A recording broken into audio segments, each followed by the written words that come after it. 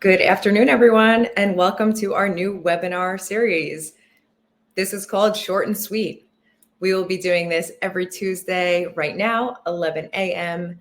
Mountain Time, and then 2 p.m. Mountain Time. So this is just a time for us to cover some topics about the solo 401k, maybe the self-directed IRA, how to use our resources. So we're just going to do fun topics. It'll be less than 15 minutes long. I may have some slides. I may take you guys on a journey. Who knows? But there also might be a little time at the end to address any questions. So if you have any questions, go ahead and comment here in Facebook.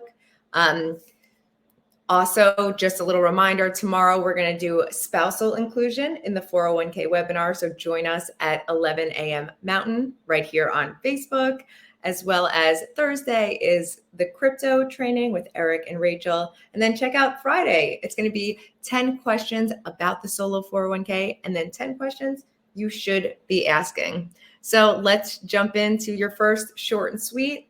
We are going to discuss how to qualify for the solo 401k.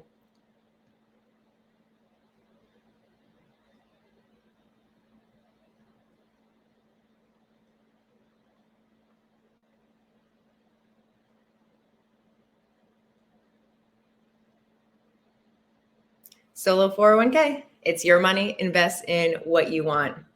Quick disclaimer, like always, we are not the replacements for your CPA, tax attorneys, any kind of legal advice. We are your IRS plan document providers. We provide you with a compliant plan. And then, of course, we love to put out educational content such as this webinar. So what is a solo 401k?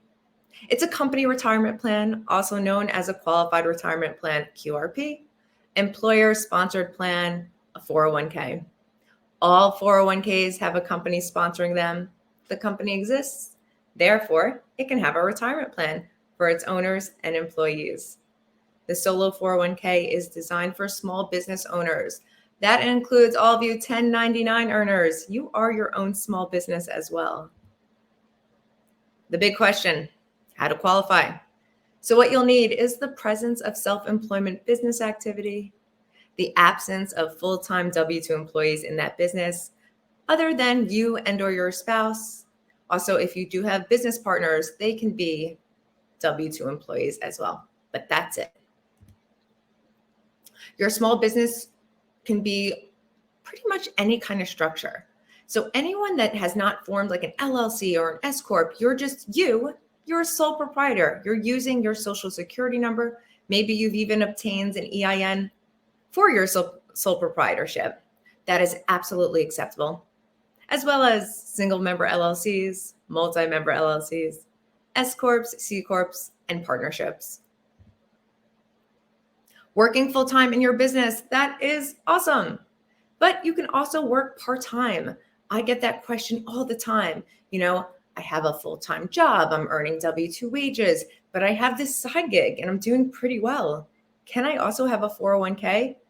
Absolutely. So you could have a normal full-time job. Even if they offer a 401k at that job, that is totally fine.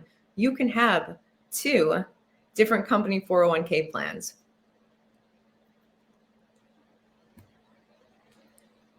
Some common business examples, realtors, attorneys, CPAs, software developers, consultants, writers, Amazon resellers, driving Uber or Lyft, selling on such things as Poshmark, eBay, Amazon, Etsy, bloggers, hairstylists, personal trainers, therapists, virtual assistants, selling items at a farmer's market, after-school tutors, dog sitting and walking. That's one of my favorite pastime jobs. Any kind of small business. So as long as you're earning that 1099 income, then you qualify. Try turning your hobby or passion into a business. So let's take an example. Carol's cookies. So Carol is 50 years old and has always enjoyed baking cookies. Her children just went off to college and she is now an empty nester. Carol is used to baking fresh cookies for her kids every day. Since her children went to college, she has been continuing to bake cookies. And she has an excess amount of uneaten cookies. So her friend suggests she starts selling them at a local farmer's market. Carol does her research, comes up with a business plan, and the perfect name, Carol's Cookies. Carol registers her business and acquires the necessary permits and licenses. She secures her spot at the local farmer's market. The first week, Carol sells out of all of her cookies. The second week, her sales triple. Every week, her sales get bigger and bigger. Carol generated $10,000 in the first 3 months. So she hires a new CPA to help her with her new business. Her CPA is a great CPA and suggests the solo 401k for tax sheltering and the ability for flexibility in her investment options. Carol turned her love for cookies into her own small business. So let's talk a little bit about active income. So your active income is what determines your contribution limits. And you do need to have active income to have a solo 401k. So what is it? So if you're paying self-employment taxes on this income, it's most likely active. So where are you going to find this? Sole proprietorships, LLCs, this is your Schedule C, your net earned income. S Corps, C Corps, you're paying yourself W-2 wages from your sponsoring business. That is your active income. Multi-member LLCs, partnerships, you're looking at your K1 line 14. That is the self-employment line.